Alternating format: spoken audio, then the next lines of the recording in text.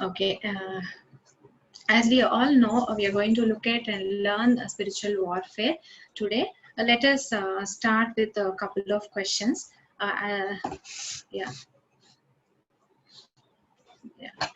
Uh, so first, we'll see who is uh, who is in this warfare. Okay, every believer, whoever is accepted or expressed their faith in Jesus Christ, all of us, we are in the spiritual warfare. The moment we kept our faith in God, Jesus Christ, and trusted our life in Him, and that is when we our spiritual warfare started. Okay, we will look further and learn couple of things about it. Okay, next, if you want to see what is this battle all about. Okay, this battle is all about to walk in Christ likeness. That is the main thing. Okay, our goal is to walk in Christ likeness, but our enemy will not allow that to happen. Okay, and whether you are willing or not, this is what we are, this is where we are. If you have expressed your faith in Jesus Christ, if Jesus is your Lord and Savior, genuinely you're walking with God and trusting God, you are in this warfare. Whether you were aware of it or not, you are in this warfare. We should know about it and be prepared for it. Okay, let us get into the couple of things. Okay, so as I said, now our goal is to walk in Christ likeness. Ephesians chapter 4 verse 24, and to put on the new self created after the likeness of God in true righteousness and holiness. This is our goal. This is what scripture commands us to be. Okay, as we have accepted Jesus Christ as a Savior, as we expressed our faith in Jesus Christ. Ephesians chapter 5 verse 1 also says the same thing. Therefore be imitators of God as beloved children. Now we are children of God, so we have to imitate our Father, our Savior, Jesus Christ. That is what our goal is. And also Colossians chapter 1 verse 13 says, He has delivered us from the dominion of darkness and transferred us to the kingdom of His beloved Son. That is why we are not under the darkness. We are not in darkness or under the dark forces, but we were delivered. Jesus Christ, the Son, set us free from that and transferred us to the kingdom of His Son. Okay, Jesus Christ. That is why we have to imitate Jesus Christ, walk in the likeness of Jesus Christ. And also, as I said, as the title says, warfare, there should be opponent, right? So the enemy definitely will stop us to do this. This is our goal, to live a victorious life in our in our walk with God. But enemy will not allow, the opponent will not allow, or will try to stumble us, or to or try to stop us from doing that.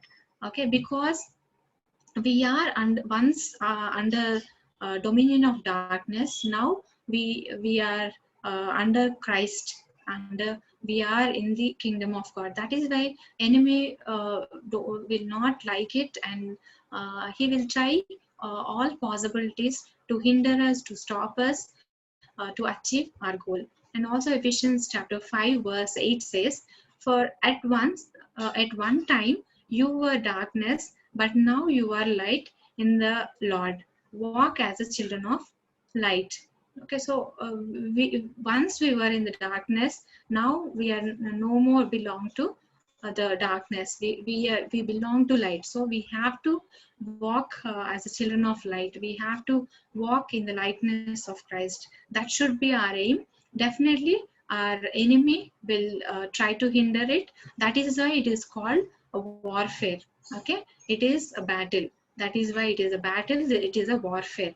And definitely there will be enemy when we say it is warfare. Okay, it is not just one person trying to walk uh, in the likeness of God and falling time and again. It is not one.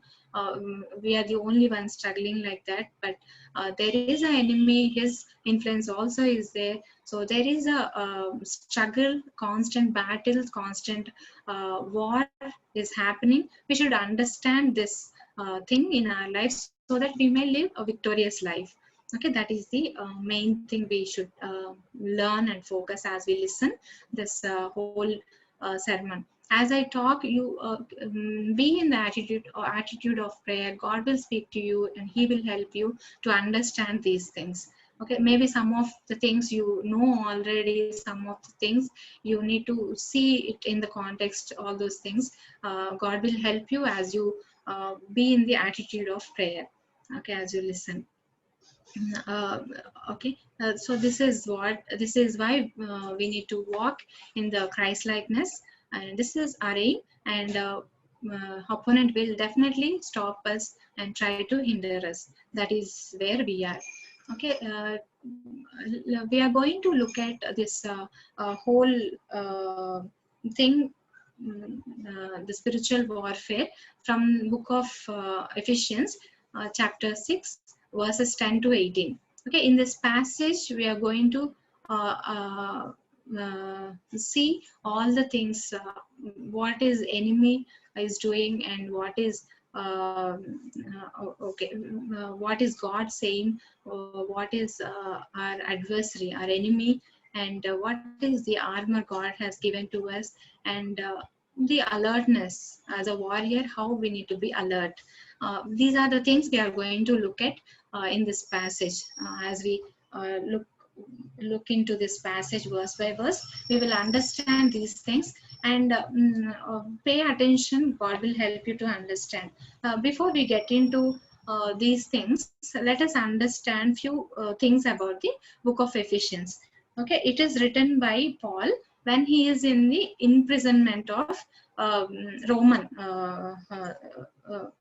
Roman government, or when he is in Rome, he was imprisoned, and from there he was writing this letter to Ephesians. Okay, here we can see, if you read the whole book carefully, we can understand uh, a couple of main things, what Paul is trying to address. Okay, I can say three things at least. First one is Gentile mission. That is what a Paul main passion we can see. Gentile mission means Jewish people and Gentiles should come in unity. There should be unity in the church. When new people are joining, new believers are joining the church, there is some disturbance. So Paul's passion is that there should be unity in them, in essentials. Non-essentials, there will be always diversity. So in essentials, like salvation, about Trinity of God, such kind of essential things, we should be one. There should be unity. That is what Paul's passion we can see here. The next one we can see, Paul strongly focuses on Christ's victory over the powers. Okay, that is also Paul teaches in this church constantly, and in this book. And third one is unity of the spirit in every relationship.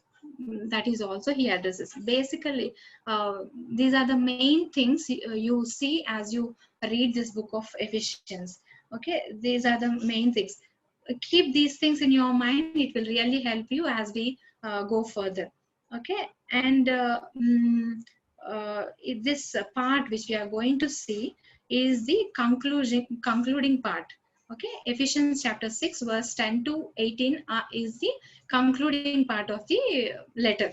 So that also you keep in mind. It will help you and understand.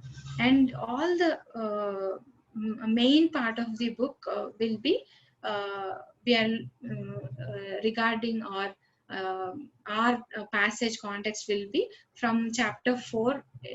You can see, okay, from chapter 4 you can remember, if you can remember, our passage will have its context and you'll understand it. Okay, this letter is sent or carried to the Ephesians church by Tychicus, a person called Tychicus. And after Ephesians read this Ephesians letter, it also maybe sent to the Colossians church that is there. And if we can understand background of the Ephesians church or Colossians church, they are in Asia Minor. Okay, Asia Minor, people who are in the Asia Minor, they have this fear of darkness, sorry, dark forces. Okay, dark forces powers on all. So that is why main part you will see Paul addressing about how Christ was victorious over every dark forces or evil forces. Okay, the powers of darkness which are in the world, they are very scared about those things and fearful about those things. Okay, this is the a brief background about the book, so that we may put this passage in that context. Okay, we will understand a little more clearly as we go further. Okay, then let us get into the first one, the aim of God.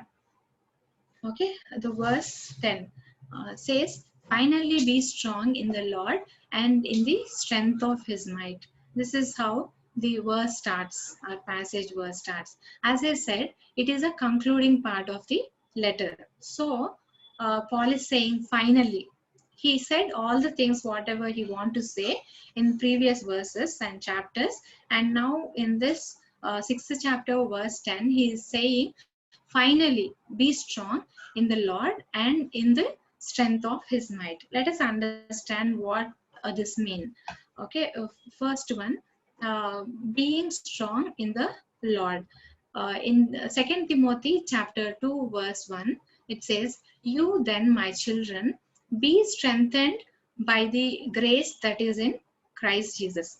Okay, in other words, if you want to just understand this 2 Timothy chapter 2 verse 1, we should be strong in the grace uh, which we have in Christ, the grace we have in Christ. Okay, all of us all of us who have expressed our faith in God, we have grace in Christ Jesus. In that grace we all should be strong, it seems. Again, maybe you might have that question, how we can be strong in the grace which we have in Christ. It grace has different point of view to understand. Okay, in this context we can understand in this way. Okay, grace is nothing but which will the divine power which will enable a human being. Okay, the human being where we fail, where we cannot do things, the divine power will help us to do that. Okay, in other words, divine influence or Christ or God's influence on our lives to do all that is needed for the Christian life or Christian walk. That is what grace does in our life. So what is being strong in the grace which we have in Christ? It means, so by ourselves we can't obey what God is saying, or whatever the scripture is saying. By our strength, by ourselves we can't obey. We don't have that power or ability, the strength. So constantly we'll depend on grace of God, which will enable us to show obedience to God. Okay, when we do that constantly, uh, in every area of life, whatever the area God is speaking to us, asking us to change or get rid of the sin, or show obedience to the word of God, or walk in Christ likeness, whatever God is speaking to us in different areas of our life, when we depend on the grace of God and do those things or show obedience to God, that is when we will be strong in the grace of God, or strong in the Lord. Constantly, when we are engaged in this cycle called like obedience and listening word of God, obedience, listening the word of God, constantly when we are doing this, you are constantly depending on the grace of God, because you can't do what God is saying with your own strength. You have to depend on Holy Spirit, and you have to depend on grace of God.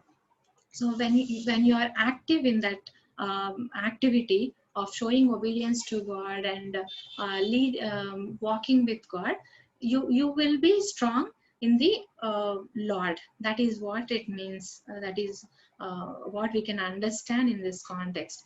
Okay, the second one is being strong uh, in the strength of his might. What it means, we should understand this also. Ephesians chapter 1, 9, verses 19 and 20, it says, uh, and what is the immeasurable greatness of his power towards us? Okay, this is the greatness of immeasurable power which we have. He is explaining here. Okay, and what is the immeasurable greatness of his power towards us who believes? Everyone who believes in him, this is the immeasurable greatness of power we have in God. Okay, that is, he worked in Christ when he raised him from the dead. Okay, when Father raised Jesus Christ from dead, so whatever the power worked at that event, for that resurrection, that is the same power which is helping us also. Okay, which is going to help you and me also. So we should be strong in his mighty sense. We should be strong in the strength of his might. He is mighty God, we know that, but we should see the strength of his might. Okay, we can see the ability of God there, magnitude, power of God there when he raised Christ from the dead. Okay, no one can do that. It is impossible with you name any person, any name in the world, powerful name. It is impossible with any name under heaven, but it is possible only with God. That is the strength we can see in his might. So the greatness of his strength. Strength is having strength is one thing, and the greatness of that strength we can see in the resurrection of Jesus Christ. That same strength, that same power, which is going to help us. So in the spiritual warfare, even if you go the situations like dying, or the fear of death, whatever it is just a physical thing, and we have a God who can raise a dead person also. Okay, who can resurrect us. So we should be strong in the strength of his might. So these are the two things we need to remember. And also we'll see one more thing. What is the aim of God for us in this spiritual warfare? In verse 11, we can see third one. It is being we should stand firm against the devil's scheme. Before looking at that point, let us see the underlined words which are there in this verse. Okay, it says, put on the whole armor of God. Okay, put on the words, it tells that there is your responsibility. You need to do something. You need to take up, you need to put on. If you don't do that, you will not have it. It is as simple as that.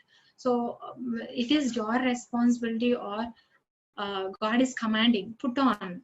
Okay, it is a command kind of word God is giving us. So it is our responsibility to do it and to take this armor of God. And also this word repeats time and again. Put on, take up, such kind of words in this passage. And also whole armor. It is, even if you miss one piece in this armor, you will be attacked by enemy very in a extreme way.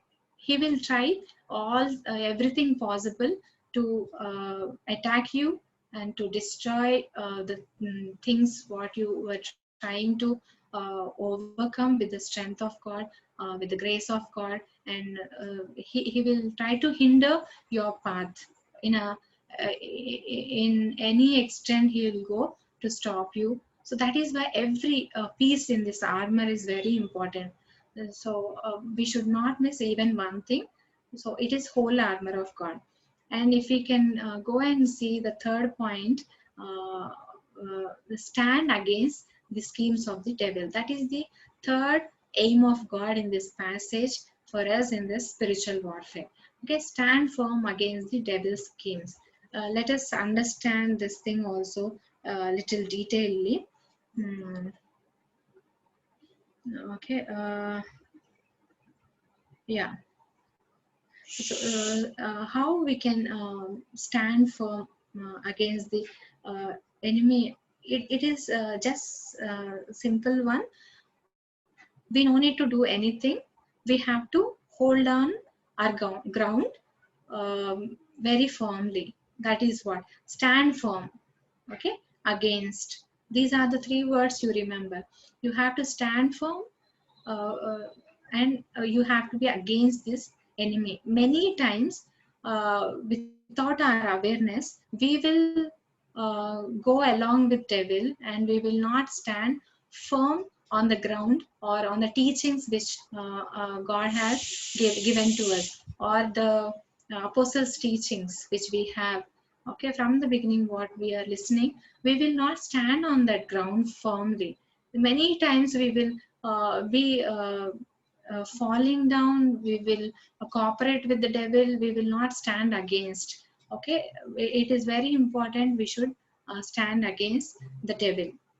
And the devil's schemes can be many things, like Ephesians chapter 4:14. It says the wrong doctrines he will bring in, and many struggles he will bring as you serve the Lord, as you stand for the word of God and try to obey his word of God. When you do those things, when you stand for the truth, many things will come. Sufferings will come, the hatred will come,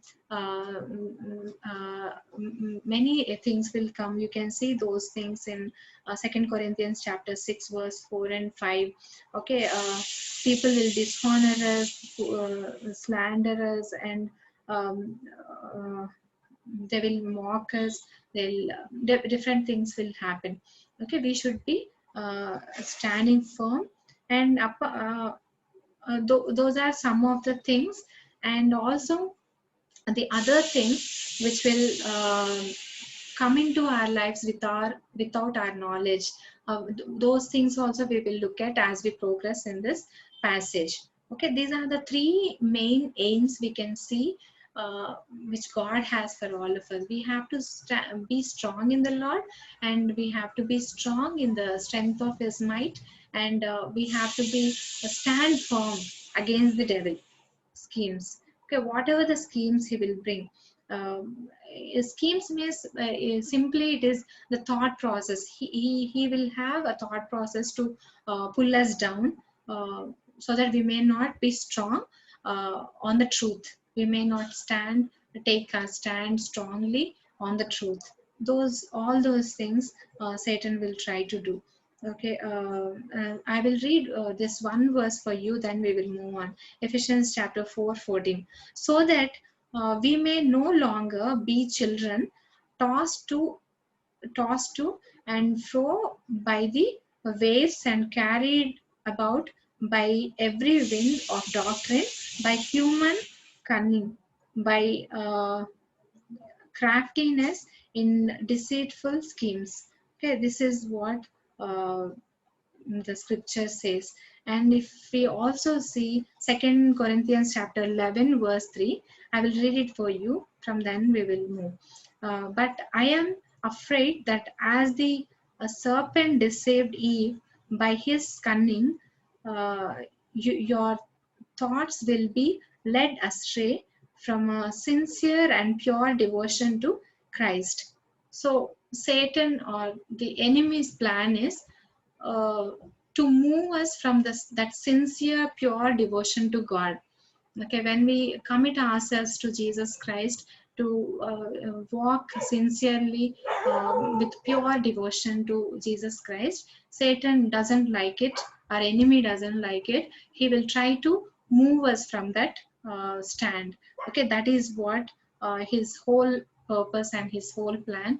And our goal is to stand firm and show that sincere, pure devotion to Jesus Christ. Whatever comes to destroy that pure devotion to Jesus Christ from our lives, that is from enemy. The enemy can come in different ways. Okay, we will see those things as we move forward. If you want to know, that example is Ananias, Sapphira. They lied the Holy Spirit, right? They kept some money. Keeping money is also fine. They lied to God. So not being genuine to God. Okay, these are the things which will actually corrupt our devotion to God.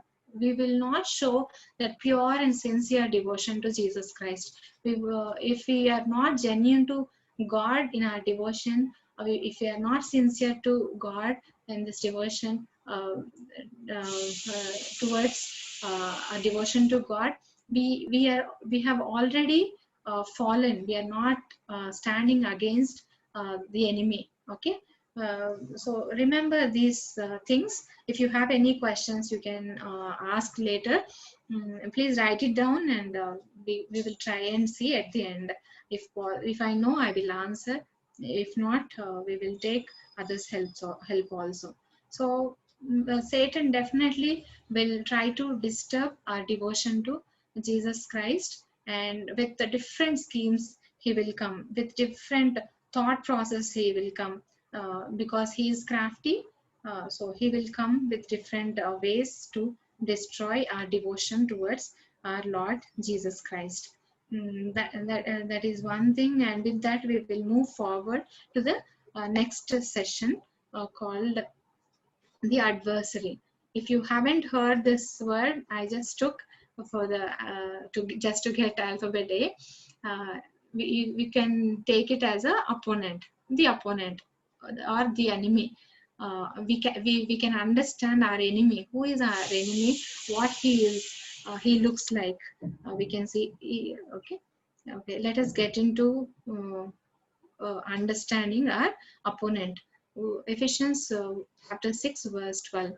It says, "For we do not wrestle against flesh and blood, but against the rulers, against the authorities, against the cosmic powers over this present darkness, against the spiritual forces of evil in the heavenly places."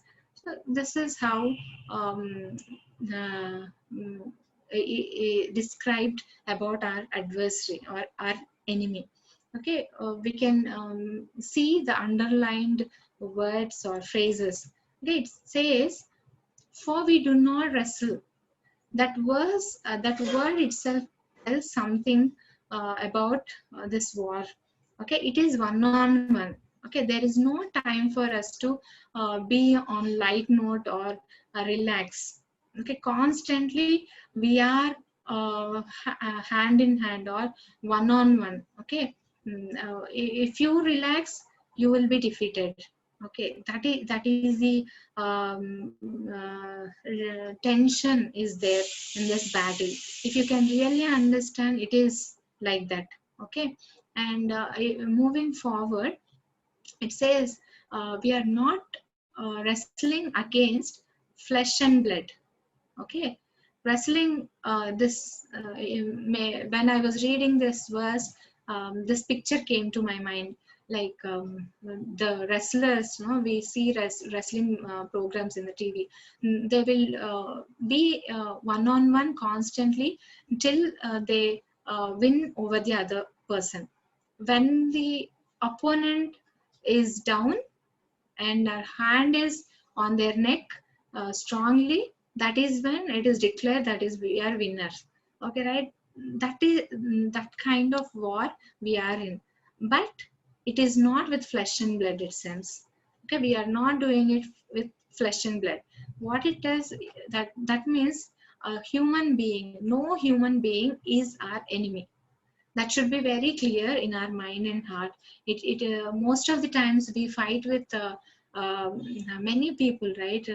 Most of the times it is church leaders, or most of the times it is parents, or our mentors, the leaders who are over us, or you name people, whoever is in the like leadership, like our politicians. We will try to fight with every flesh and blood, with every human being who are like against us, or who don't contribute for our walk with God. Okay, we will try to fight with them, but it is not like that. It is not with flesh and blood. It is very clear. Okay, if it is not flesh and blood, who is this? Okay, all of you know, but we will look at the scripture and understand. Romans 16 verse 20 says, the God of peace will soon crush Satan under your feet. The grace of our Lord Jesus with you. See, uh, whom we need to crush? It is Satan. He should be under our feet. And First Peter 5:7 also says, be alert and of sober mind. Your enemy, the devil, okay, prowls around like a roaring lion, looking for someone to devour. So this is what is said about our adversary or enemy. Okay, Satan is our enemy. He should be under our feet. We should be very alert, so that we may not get into the trap of enemy, devil. Okay, this is our adversary. This is our enemy. Okay, verse Ephesians chapter 6, verse 12. We can start looking at the things about the enemy. For we do not wrestle against the flesh and blood that we saw, but against the rulers, against the authorities, against the cosmic powers over this present darkness and spiritual forces of evil. So you might get that question. If it is just Satan, why all these titles were mentioned in this verse? Okay, rulers, authorities, powers, spiritual forces, all these are ranks in the kingdom of Satan. Okay, that's all. The different levels, different ranks are there uh, to implement his strategy in his kingdom. That is what we can see. To understand these titles or roles in detail, we'll get into further slide. Okay, rulers they usually have controlling power. Okay, controlling power. what this uh, what this is to do with our life, you can question that.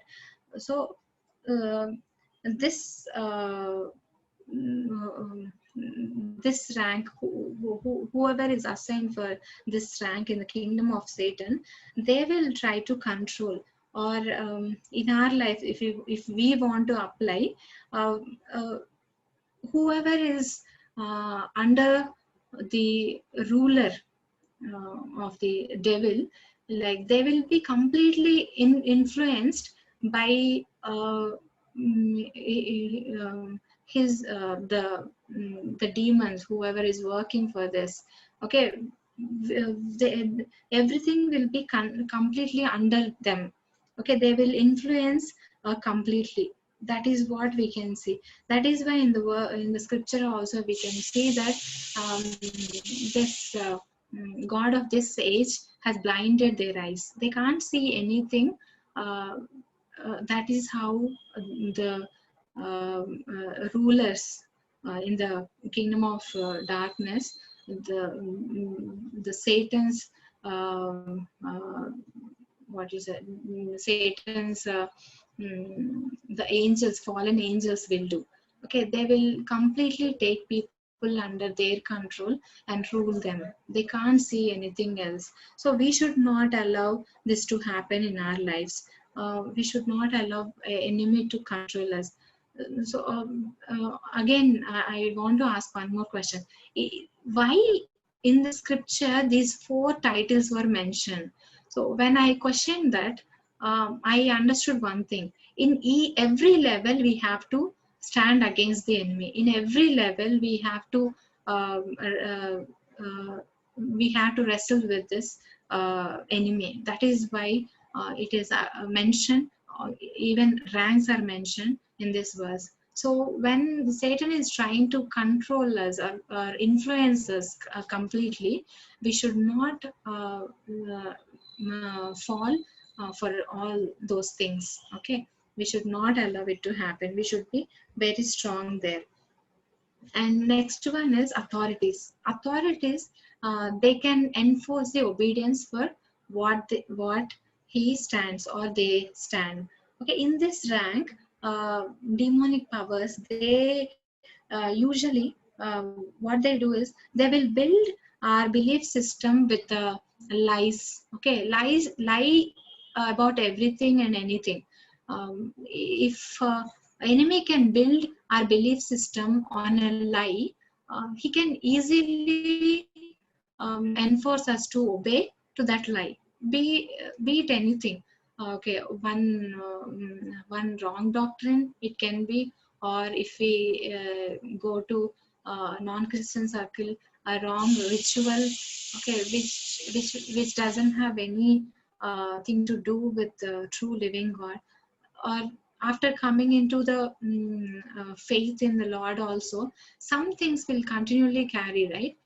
We will not change completely. We will not become a new person. We will not be willing to do that. Some things continually will be in us. Okay, some belief system, some thoughts that lies, whatever we are believing, through that enemy will try to see that we obey that belief system, whatever is built already. Whatever we believe, that is what we will do, right? So that is how in this rank the demons or the enemy will try to pull us down. So that is why it is very important that our belief system built on the truth. Okay, constantly you and I can ask God, God change me completely. If there is anything, any lie in me, if I'm living on that lie, please reveal it to me. I want to live in the truth. Okay, truth will set us free when we know the truth. So that we may not obey the lies of the enemy. In this stage also we have to wrestle with the enemy and stand against firmly with the against the enemy. Okay, we should check everything with the truth, and whatever is not truth, we should not obey those things. And the third one, cosmic powers. Power is to do things in a particular way. That is what it is. So, how we can understand this? It means some sins are not actually sins, but the way we do it makes it sin, right? So something like that. This dark forces, the power which the enemy has, it will push us to do things in a way that we may sin. Okay, let me say, getting angry is not a sin, but the way you express it, for what you are angry, the intentions behind your angry will actually make it sin. Yeah, it will make a sin, or it is righteous anger, right? So the dark forces, the power which enemy has, will actually push us into that place where we do things, and it is against God. Okay, that is how it will be. Let me give you one more example. Sex is not a sin. It is created by God. But if you do it before marriage and outside the marriage, it is sin, right? The way you do certain things, it will it may the way you make it, it tells that it is sin, but initially the idea is not a sin. So such kind of things also will be there but in that level also we should be very firm against the enemy. We should be very careful. The design is right, but the way we are prone to do it or attracted to do it maybe will lead it into sin. So that is also a power which is working under the darkness. And the last one is spiritual forces of evil. It is the spirits which are under enemy or fallen angels or spirits which belong to Satan, who are thrown along with him. Okay, when he was thrown from the heaven, a couple of angels also fallen with him. Those spirits will act for him. Okay, it can be involving in these spirits will be involved in black magic, sometimes pagan worships when it happens, some mysterious things he will try to do. All those things, possessing a person, those things can happen through this evil forces, the spirits which are there. So as I said, all these four are ranks in the kingdom of Satan. Okay, in every level we have to stand against this enemy, and we should be alert on these things. Okay, hope you understood. But mm, to do all these things, enemy definitely will use people to carry out his work. Human beings are the ones whom he will use and carry these works in the world, in the life. Okay, that is what we can see about our adversary. Hope it is little clear. And we'll go to the armor of God. Okay, before getting into the armor of God, let us look this one verse and let us get into the armor of God. So, chapter 6, verse 13 says, "Therefore, take up the whole armor of God, that you may be able to withstand in the evil day, and having done all, to stand firm." Okay, therefore take up, as I said in verse 11, in verse 11 scripture says put on. Okay, here again scripture is saying take up. These are the words which we should remember, that I have a role to do and I have to uh, act on it. Okay, I have to take it up, I have to put on. If not, you will not have it, and you will fall, and you will still be slave to the enemy. Okay, though you testify in front of everyone, do all sorts of Christian things, still you will be a slave to the enemy. So you have a role, you have to take up this armor of God which God has given to you and me, and to stand firm. And since it is not flesh and blood, the armor also, it is not about flesh and blood. Armor is all about divine divine pieces, divine things which has already done by God, and we just need to be firm on those things. Okay, basically the Holy Spirit God, he is the main person who will help us to put on this armor of God, and also to exercise or to use this armor of God. Since it is not flesh and blood with whom we are fighting, the armor, the help also from God is not flesh. It is spirit, Holy Spirit God, and also the weapons also it is given by God. Okay, we will see those things. Here also again says whole armor. Okay, take up the whole armor.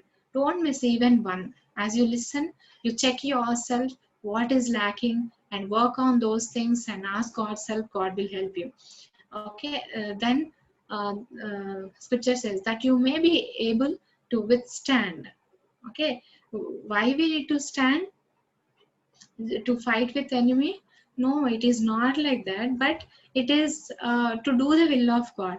In the evil day, when enemy is attacking you, when enemy is trying to pull you down from your sincere and pure devotion to God, when he is trying to pull you down, you are standing to do the will of God. Okay. Okay, when you want to do the will of God, he is coming and attacking you. It is not you are taking initiative and trying to fight with the enemy. But when you are taking a stand to show your pure and sincere devotion to God and stand for the truth, stand for the word of God and show obedience to word of God, he is coming and attacking you to stop you from doing that. So you have to stand firm to do the will of God even in that evil day. What is that evil day? The day or the situations where enemy is attacking you. That is when you have to withstand against. Just now we saw, right, the rulers, against authorities, against powers, against spirits. We have to withstand against all levels and do the will of God. We should not take rest or relax. um, God will help us to do all these things. Okay, and finally, last phrase in this verse says, "And having done all, to stand firm." What is this having done all? As I said, this passage is concluding part of the letter. Okay, concluding part of the Ephesians letter. So he said something. Paul instructed something else, and after doing all those things, you stand firm. That is what he's saying. Okay, do all that I have said to you. After doing all those things, you to stand firm, take this armor. That is what he is saying. What is that he said? We will see from from chapter 4. Okay, first I'll just go fast as possible. You can take notes or I'll send this PPT. Okay, first we can see the unity of the church in all essential, as I said in the background. Okay, we should see this may happen in our churches. Do your part. I'm not saying you can do everything, but whatever is possible from your side for this thing, you do it. Okay, don't complain again on the leaders, but you do your part and you be strong on this thing. And the second one is holiness of the uh, truth. The holiness which comes when you live out the truth, when you live according to the word of God. So this also need to be done. And the third one, we should not grieve the Holy Spirit, and we should not give the opportunity to the devil. How we will give opportunity to the devil? When we hold bitterness and unforgiveness, anger in us. That is how we give opportunity to the Holy Spirit. And how we will grieve the Holy Spirit? Okay, same thing. When we do all these things. So if we don't want to do, if we don't want to grieve the Holy Spirit and don't give the opportunity to the devil, we need to speak the truth, and we have to. We can be angry, but we should not sin, as Scripture says. We have to understand that. And fourthly, chapter 5, it says, be imitators of God. You should not have any immorality in us. We should live and imitate Jesus Christ. That need to be done. And next one, chapter 5, verse 15 to 21, if you can see, we have to walk wise. Okay, doing the will of God in everything. When we are being filled with Holy Spirit, we can walk with the wisdom. Okay, he will lead us, he will guide us. The more you submit to Holy Spirit, the more Holy Spirit God will take control of you, and he will lead you in the path of wisdom. Okay, when we do that, we will be walking wisely in our life. That also need to be done.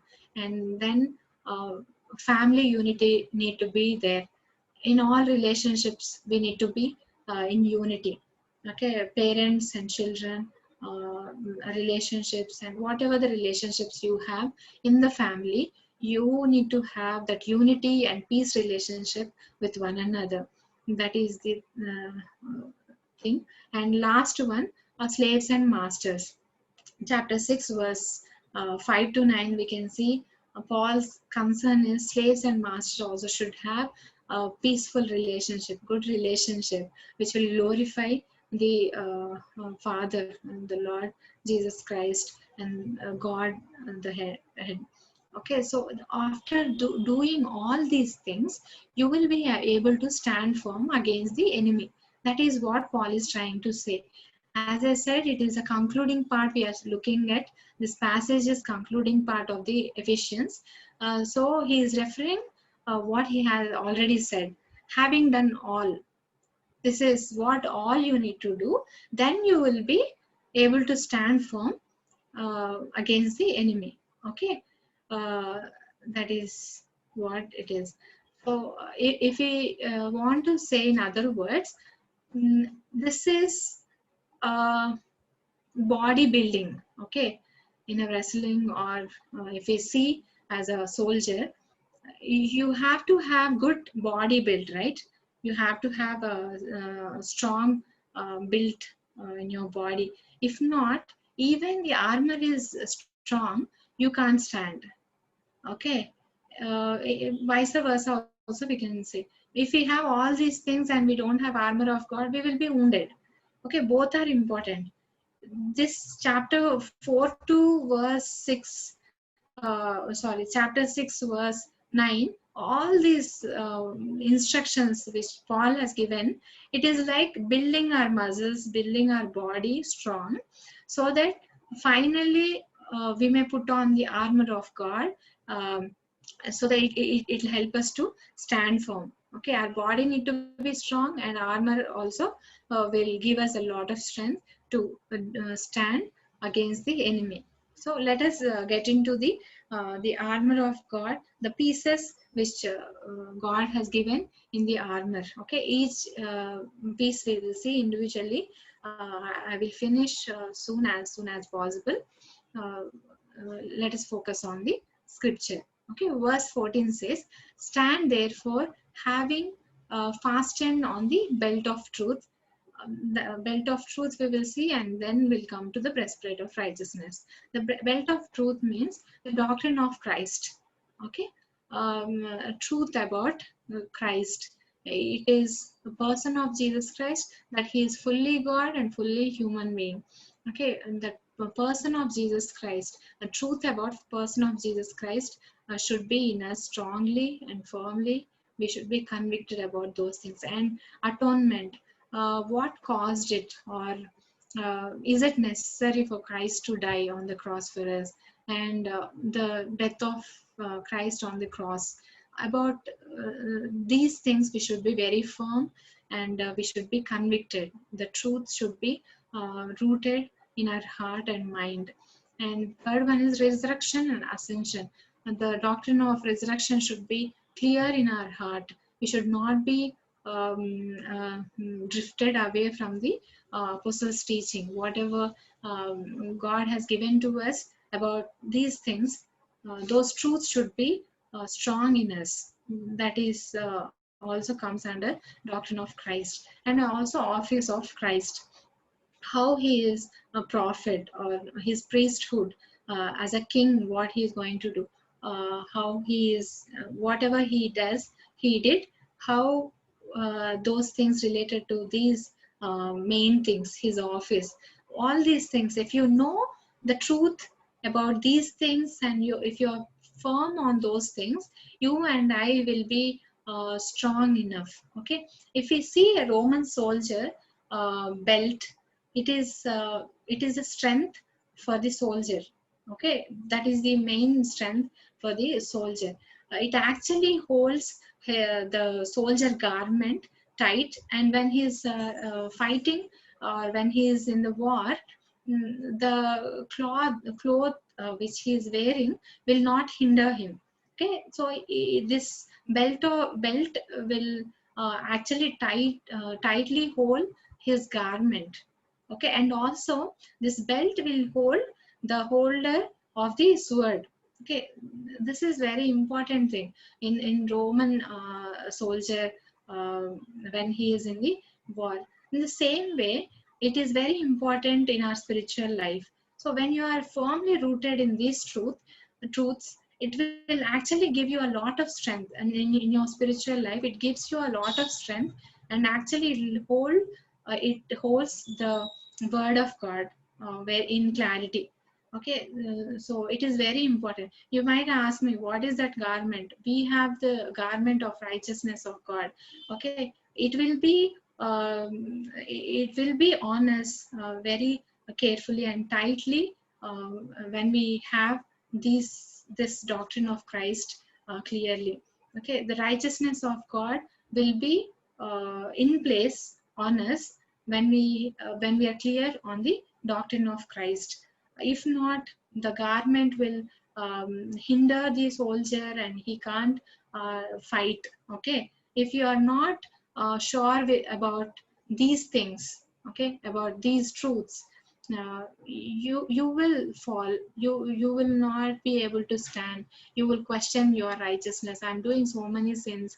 Will I go to heaven or not? So many doubts will come. You can't stand firm against the enemy. That is what happens. So that is what we can see from the Roman soldier also. And the next one is the breastplate of righteousness. It means the righteousness of Christ. Just now I said. So the imputed righteousness. Actually, it is both imputed and imparted, but we can focus on imputed righteousness. The righteousness which we got because of the Jesus Christ, what he has done on the cross. He gave us that forgiveness of our sins, and he gave us his righteousness on us. That is the breastplate of righteousness which will guard us.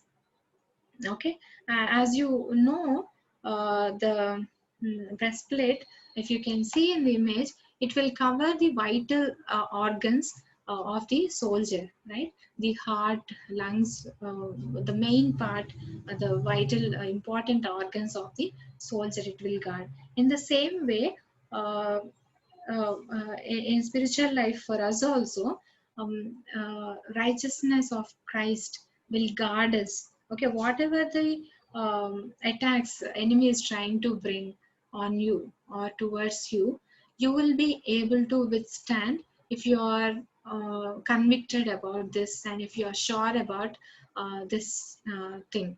Okay, righteousness of Christ is imputed to you, and his forgiveness is there on you for your sins, and you are the child of God, and no one can change your position, your identity in Christ. If you are firm in that, no enemy can put any doubt on you to make you fall from this truth, and you will be protected from uh, uh, every attack of the enemy.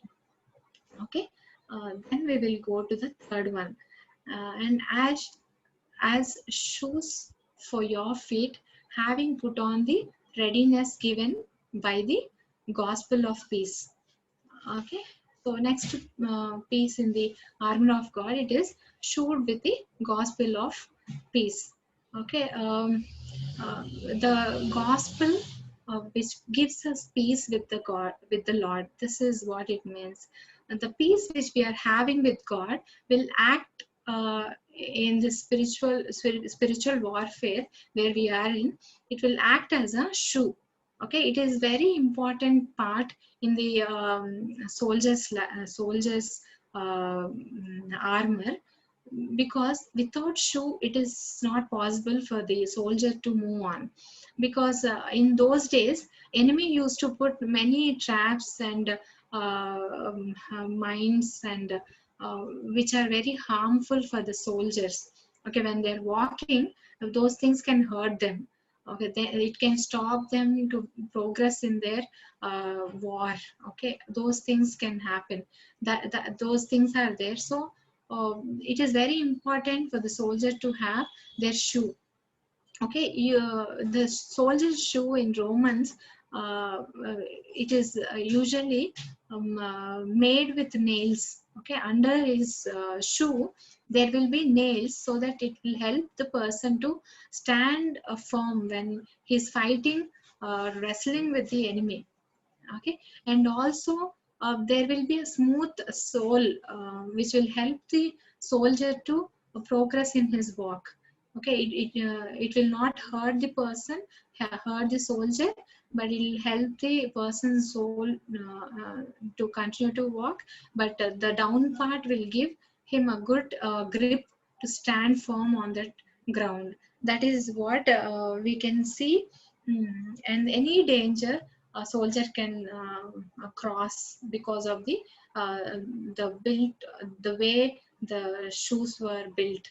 Okay, in the same way, for us also God gave the gospel, and through the gospel we are now with peace with God. And with this state, like when we have peace with God, you and I can stand against the enemy. Okay, you will be rest assured that God is for you and enemy can't stand against you. You will be assured about that thing. That is why this is very important, that you being peace with God. You need to have that peace relationship with God constantly. That will give you a lot of assurance and strength to move forward in this spiritual warfare. Okay. That is what I mentioned down again. Let us get into the other parts. Okay, and the second one we can, the fourth one we can see, in all circumstances, take up the shield of faith, with which you can extinguish all the flaming darts of the evil one. Okay, this shield is the verse itself describes, okay, where we need this. In all circumstances, take up the shield of faith. Different circumstances, when you have this, faith will help you really. In every circumstances, it will help you in difficulties, in the uh, in the doubting situation, in any sufferings or any crisis, the faith will help you a lot. Okay, this faith is keeping your faith in the word of God. Okay, it is not just a saving faith, but it is living faith. Saving faith is like when you have trusted Jesus Christ, when you kept your faith in Jesus Christ, you are saved. That is the saving faith. But living faith is every day you have to listen from the word of God, and whatever you have heard, you have to act on it, so that you, in your circumstances, you may sustain, continually walk with God. That is what living faith I'm talking about. So this faith which you have in the word of God in your day-to-day life and put into practice will act like a shield. Like when enemy is like showering with arrows and constantly many things are coming towards you to attack you, this shield will really help. This shield, actually, if you can see it in the picture, it is 4 feet height and 2 feet, around 2 feet width. It is made in that size, and also it is made with wood and leather and bronze. Either these are the materials usually used to make shield, so that when enemy is trying to send or throw fiery darts or arrows, fiery flaming arrows towards you, it will actually quench. Okay, wood will not, wood and leather and all these things will actually quench those darts, and it will put off, just like pouring water on the fire. Okay, like that, this faith will act in your spiritual life, in my spiritual life, when we are facing different things, different circumstances in our life. Constantly have faith in the word of God and live by the word of God and practice the word of God. It will help you to stand against the enemy. Okay. uh, Let us move forward. uh, yeah, the fifth one we are going to see, the helmet of salvation. Okay, the helmet of salvation is hope of salvation. Hope of salvation is salvation itself. Okay, the salvation I mentioned in the screen. You can look into that. Christ saved us from the sin in all aspects. Okay, he saved us from that guilt. He removed that guilt from us. He removed that power on us. If you are standing firm, the power of sin will not work on you. That is the great strength we have in God. If you stand against, the power of sin will not be on you. Okay, you can overcome. And the last one, the penalty of sin. From that aspect also, God set us free. So from all aspects, God gave us freedom. He saved us from all these things. Okay, the helmet of salvation, as Roman soldier, if you can see, it will protect the head, right? Usually in those days, two kinds of helmets were used, and one is for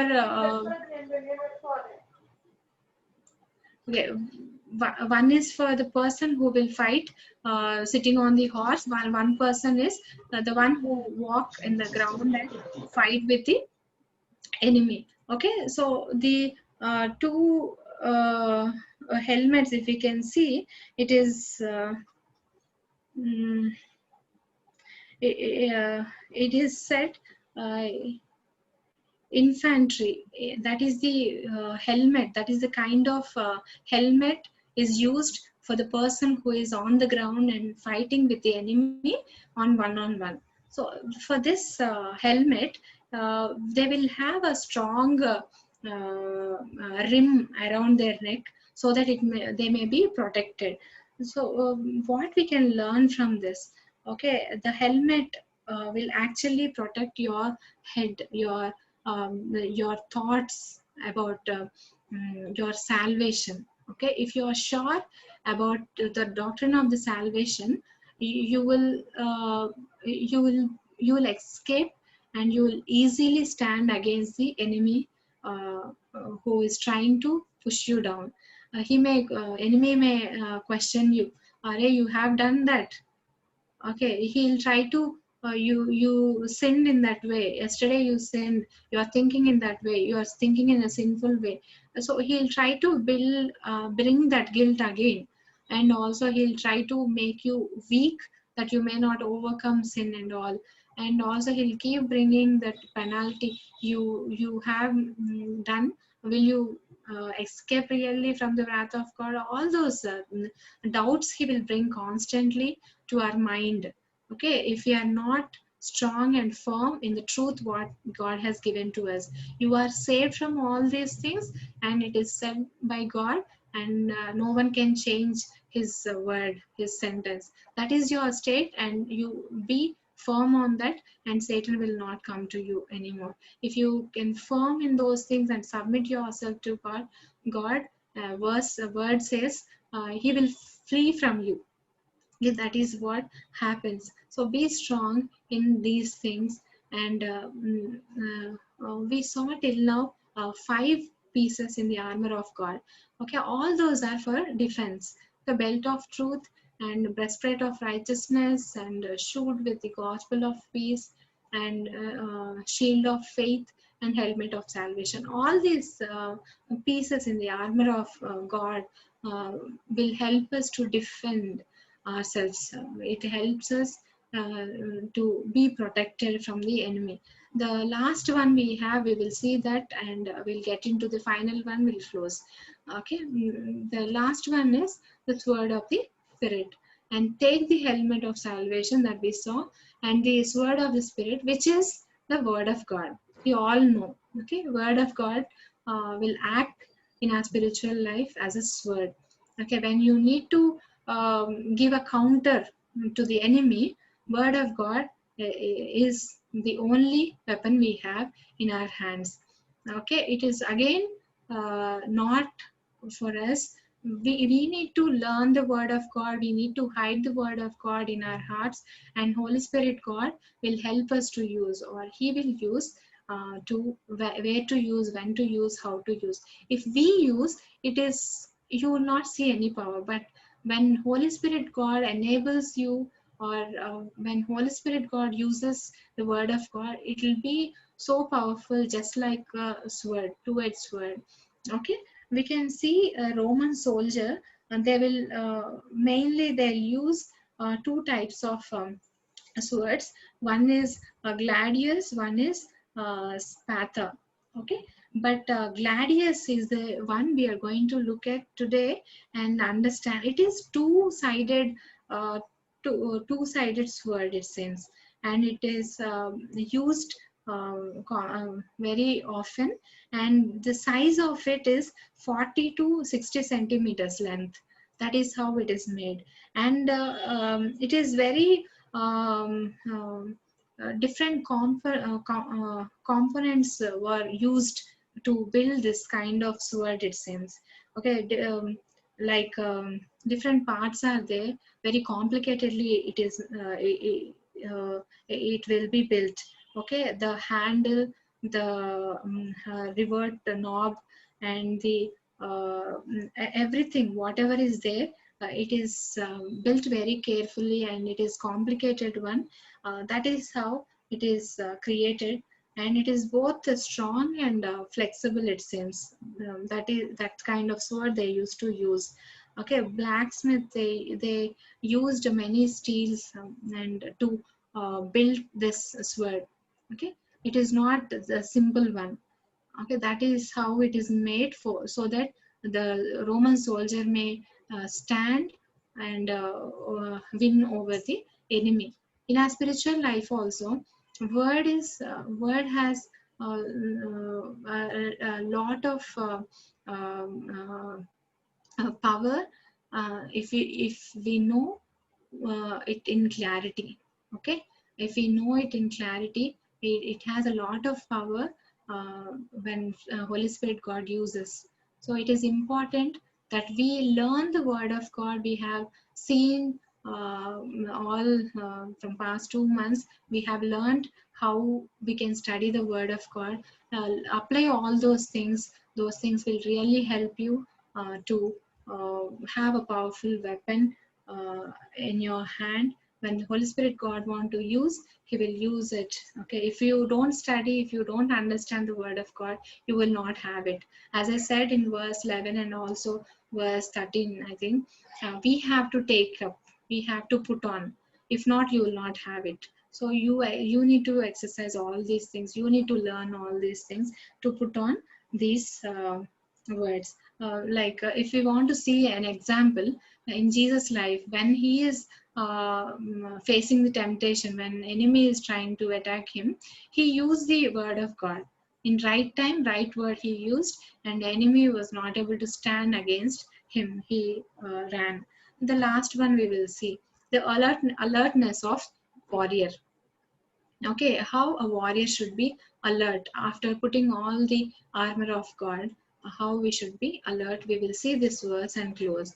Praying at all times in the spirit with all prayers and supplication. To that end, keep alert with all perseverance, making supplication for all the saints. Okay, for all times. Okay, in all circumstances, in other words, that is what I understood. In all circumstances, pray in the spirit. That means you pray under the guidance of Holy Spirit. You follow how Holy Spirit is leading and pray according to that in every circumstances, and in all kinds of prayers. Okay, all kinds of prayers and supplications. You make all kinds of, it can be a repentance, it can be a praise, it can be a prayer request, it can be a pleading with God or seeking God for direction. Whatever it is, all kinds of prayer and supplication you can make. Okay, and then with all perseverance we should do it. Okay, we should not give up whatever happens. We know the scripture portion, right? The unjust judge the woman keeps on coming to him, even though he don't care for her. She keeps on coming to him, right? So that he may get the justice. Like that, we should constantly show that perseverance in our prayer life. Okay, we should not give up, and God is not unjust. He will speak to us. He will work when we constantly engage ourselves in the prayer. Prayer will work like a watchtower. Okay, in olden days, if you can see, the person will be on the watchtower, so he will constantly see, and he'll be alert to see enemy moves.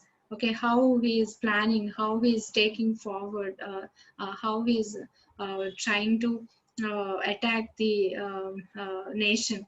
They will see all those things from the watchtower. So when you are praying, it will help you in the spiritual life in that way. You will be knowing what enemy is trying to do. You will be you will not give yourself or fall in those traps of the enemy. You will be very alert. So that is why we should be alert by praying every day.